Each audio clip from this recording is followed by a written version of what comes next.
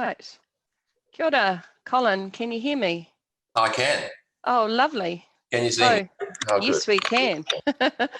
Great.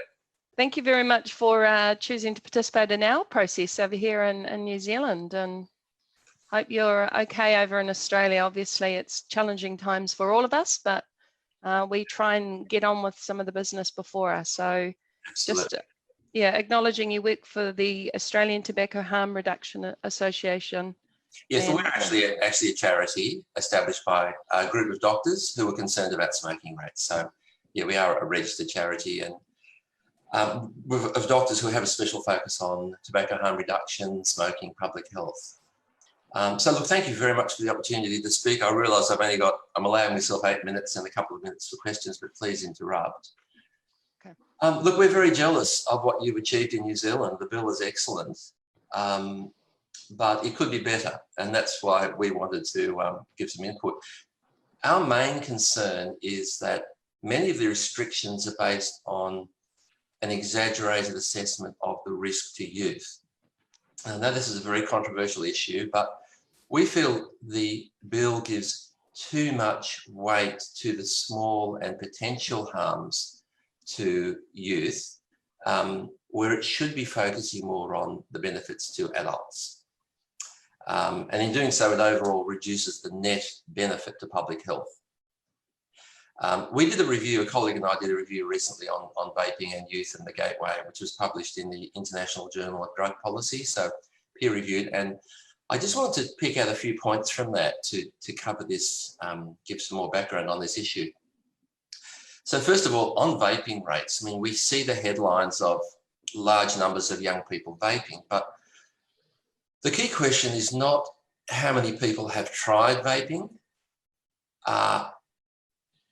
but rather, are they vaping regularly and are they smokers? And when you break it down, it becomes much less of a problem. So regular vaping in youth is very uncommon in New Zealand. So the latest survey showed 3% of Year 10 students vape daily. Most use is experimental and infrequent, and actually of very minor public health importance. Because it's only regular vaping that leads to a potential progression to smoking, and that's what's of concern. And many young vapers don't use nicotine anyway. So regular vaping... Can you clarify that? What are they using then? They're using just flavouring. Some are using a THC. Right, and it's that T8. Yeah, many are only using flavouring. Okay, so 0% nicotine. That's right, especially the non-smokers. We're often getting people submitting to our select committee, young people, and anecdotally in the community saying there actually is quite high rates of vaping among young people. And yes. Yet our survey of high school students suggests that it's only a small proportion. Yes. Are you seeing a similar sort of disconnect in terms of that kind of the difference between the information coming through from one direction and the other? And what would be the explanation for that? Look, not really. Some of it might be, some of it's not nicotine, but yeah, it depends on how you measure vaping. If it's just people who've tried vaping in the last 30 days, that's the vast majority of those are just experimental, used at a party once or twice, a friend offers it to them. And in itself, that's not really important because it doesn't lead to smoking. And in itself, it's relatively harmless. What really counts is whether they're using it at a level which may addict them or which may potentially cause problems.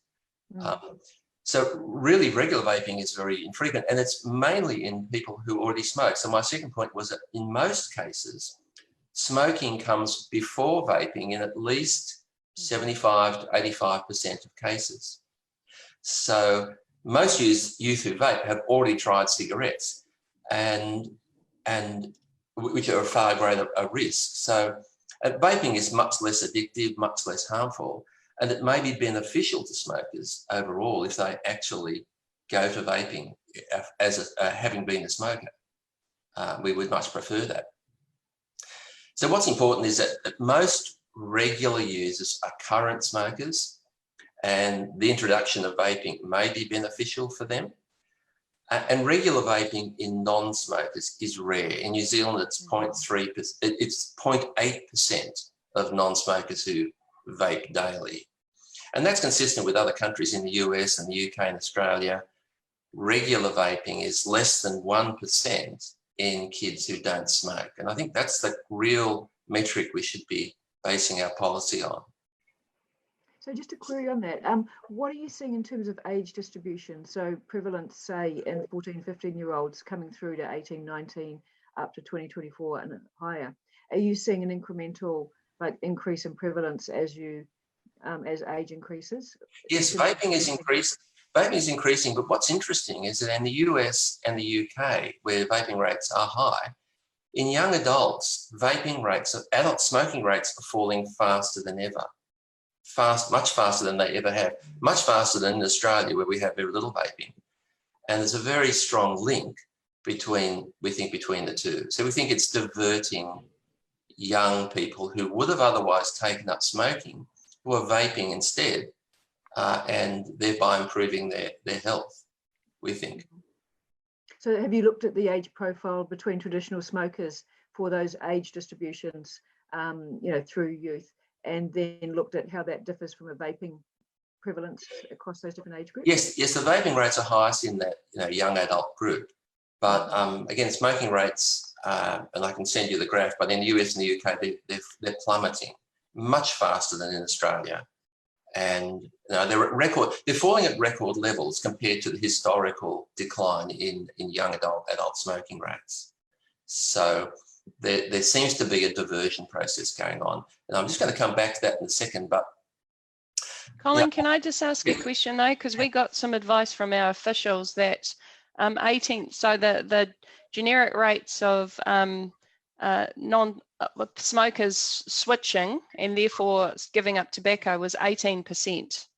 Yeah. And what we've asked them to do is to provide us evidence about how many lives are being saved by vape products. But I think Liz's question is across the age ranges. Yeah, I mean, you're saying that there's a significant decrease in tobacco consumption for, say, the under 30s. Mm. Yes, substantially. Yes, and there seems to be a very strong link with vaping. So in the US, the studies show that young people who take up vaping, young people who smoke, are more likely, the quit rates are much higher because of vaping, and the population rates are falling much faster, we think, largely because of vaping. We need that evidence from you if possible, because the whole issue about the distribution network is because we're afraid we're going to encourage young non-smokers to vape, and then that be a gateway from vaping into cigarettes. But actually we need to be able to balance what is most beneficial for young people. Yeah. And at the moment, that's why there's a proposition to limit the flavours in dairies. Yes. Okay, yeah. Well, let me tell you a little bit more then, and I can come back to that. But on this issue of the gateway theory, does vaping lead young people who would never have smoked to become vapers? Most studies show that young people who vape are more likely to smoke later, but there's no good evidence that vaping actually causes kids who would never have smoked to become smokers. That's the first thing. It's much more likely that kids who are just susceptible to vaping are also more susceptible to other risky behaviours, like smoking, like using cannabis, like using alcohol. But the vaping does not cause those risky behaviours. And in its own... In terms of the prevalence of traditional smoking versus vaping, when you compare the rates in young people, are we seeing more young people now vaping than were traditionally smoking? We are. Yeah, we are in most certainly countries where it's widely available. And by a factor of how much? Well, in the US, by a factor of several times. So we are seeing more young people vaping than traditionally would have smoked.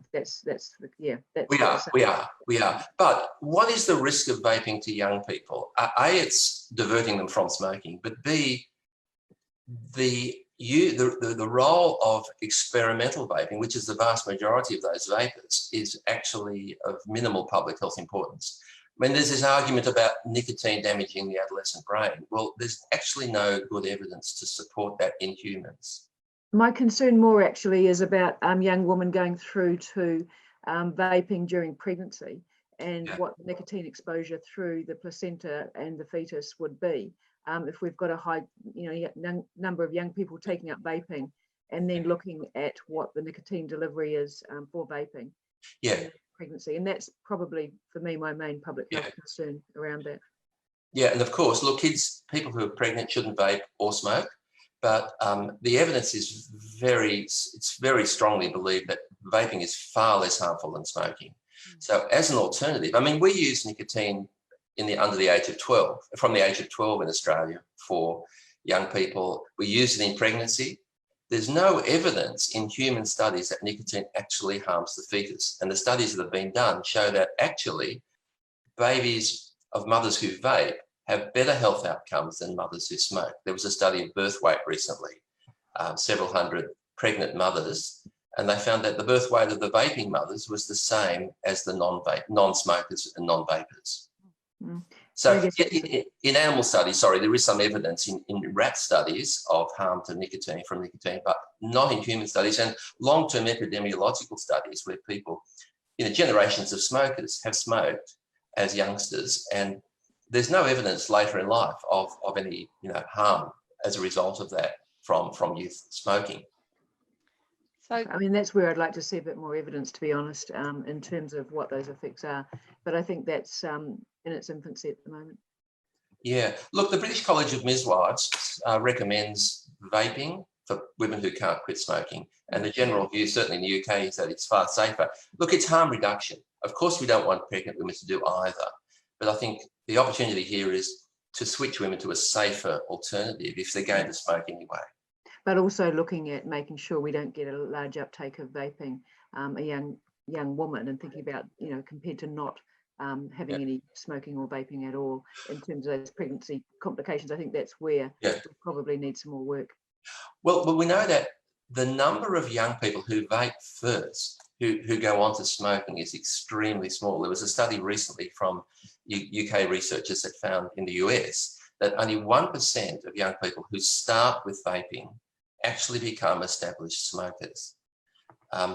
So that's really important. Most kids start as smokers. So what we really should be concerned about is reducing that effect of smoke, that harm from smoking, and using vaping as an initial behaviour in itself is very unlikely to lead to significant numbers. Most kids who vape, young people who vape first, have a lower chance of becoming a smoker than people who smoke first, looking at them later on, or people who don't vape at all. So if anything, vaping seems to be protective. And there's a number of studies that suggest that, including the one by Natalie Walker in New Zealand. So we think vaping is actually protective of smoking, and smoking is really what we should be focusing on. So Colin, we've gone way over time, and to be honest, we could probably talk with you for an hour. And as you can see, Dr. Craig is very passionate about maternal health and women and babies. Now, Anahela's been putting her hand up patiently. I'll let her ask a question, and then I'm sorry, we're out of time. Okay. Good. Okay. Oh, it's related to maternal health. So of the women that vape during pregnancy, do they take up continue smoking after? Does the study say anything about that? I don't know. I don't know about that. We know that women who stop smoking in pregnancy, most of them do resume smoking later. So, but with vaping, I don't think we have that evidence. But I think it's really important to stress that the evidence suggests that, and it's just logical, that vaping in pregnancy is certain to be far less harmful than smoking. And we don't want women to do either, but we're talking about harm reduction, not harm elimination. And the outcomes so far are positive. And I'm happy to send an additional submission over about pregnancy, if that would be helpful. Yes, please. Yes, okay. Well, and actually, Jenny did want to ask you a question, so I'll take the liberty and hand it over to her. Okay. One of the things that, thank you, one of the things that we hear, hang on. What has come through really strongly is around the flavours. And I just want to, in terms of the bill, we've restricted our local convenience stores, our dairies, to only having mint and the tobacco flavours. What is your thoughts around the flavouring to make it easier for people to purchase? Look, as opposed I to going think to a specialty store? I think based on the evidence that we have, I think there should be, the flavours should not be restricted. We know the flavours are very important for adult smokers for initiating vaping and for preventing relapse, and that is our top priority. In the case of young people, the evidence doesn't support flavours being a major factor in initiation. So the studies that have been done in a number of continents now show that kids try vaping for curiosity or because their friends are vaping. Yes, they like the flavours, but that's not why they're vaping. So I think it actually will have a negative effect overall on public health. I think if flavours aren't available, some people, adults, will think, well, I can't get my flavour I want, I may as well have a cigarette, which you can buy at every dairy and every supermarket. So I think the flavours are really important. They should be available. They should be restricted in terms of labelling and marketing and the names, and no pictures on the packages. But just say having a blueberry flavour is really important to adults. And if that's what you're used to and you can't get it when you need it, well, you may go back to smoking. Thank you. Okay. Excellent. That's a very good submission. I'm sorry we've run out of time, but please send us further information. It was very, very helpful. Thank you so much. Thank you. Thank you. Kia ora.